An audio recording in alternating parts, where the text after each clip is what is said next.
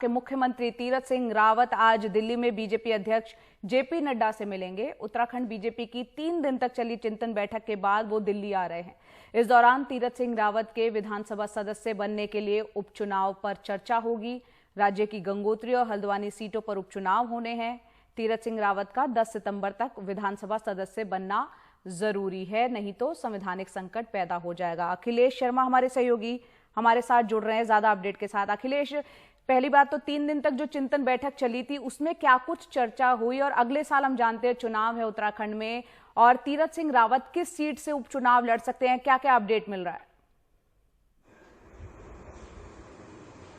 देखिए, जो चिंतन बैठक हुई है उसमें तय किया गया है कि बीजेपी हर जिले में, हर तहसील में अपने संगठन को मजबूत करेगी। ये भी कहा गया है कि नवंबर से पीएम मोदी की वहां पर रैलियां भी शुरू करा दी जाएंगी उत्तराखंड में। ये सारे फैसले इस 3 दिन की चिंतन बैठक में हुआ है।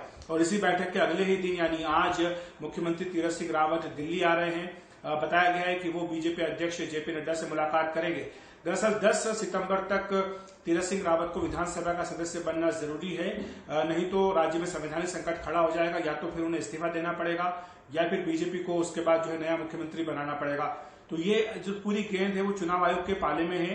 हालांकि उत्तराखंड में 2 सीटें अभी खाली है, गंगोत्री की, हल्द्वानी की, जहां पर कि चुनाव आयोग चुनाव करा सकता है। प्रमुख विपक्षी पार्टी कांग्रेस का यह कहना है कि जो जन प्रतिनिधित्व कानून है उसके तहत ये प्रावधान है कि अगर विधानसभा का कार्यकाल 1 साल से कम बचा हो तो उपचुनाव नहीं हो सकता। आपको बता दें कि अगले साल मार्च में उत्तराखंड विधानसभा का कार्यकाल समाप्त हो रहा है, इसलिए दलील दी जा रही है कि अब उपचुनाव नहीं हो सकता है। लेकिन चुनाव आयोग से सूत्रों से हमारी चर्चा हुई, उन्होंने कहा कि ऐसा कोई पत्थर की लकीर नहीं है। अगर चुनाव आयोग को लगता है कि राज्य में संवैधानिक संकट खड़ा हो सकता है तो फिर 1 साल का अगर कम समय बचा तो उससे कम भी अगर बचा हो तो भी चुनाव आयोग चुनाव करा सकता है। तो इसलिए चुनाव कराने में कोई दिक्कत नहीं है। लेकिन दिक्कत ये होगी कि मुख्यमंत्री से पूछा जाएगा कि आप कहां से चुनाव लड़ना चाहेंगे, गंगोत्री से या फिर हल्द्वानी से। और तीसरी बात यह है जया कि मुख्यमंत्री जो है वो अभी भी लोकसभा के सदस्य हैं, उन्होंने इस्तीफा नहीं दिया है।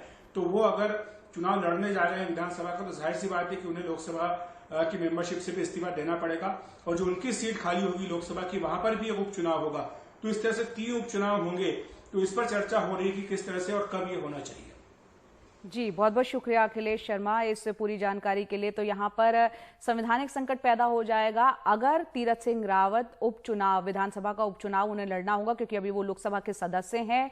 10 सितंबर वो तारीख है, उससे पहले लड़ना होगा। हालांकि विपक्षी पार्टी कांग्रेस का कहना है कि जब चुनाव में 1 साल का वक्त बचा हो, ऐसे में उपचुनाव नहीं कराए जा सकते। देखना यह होगा कि चुनाव आयोग इस पर क्या फैसला लेगा।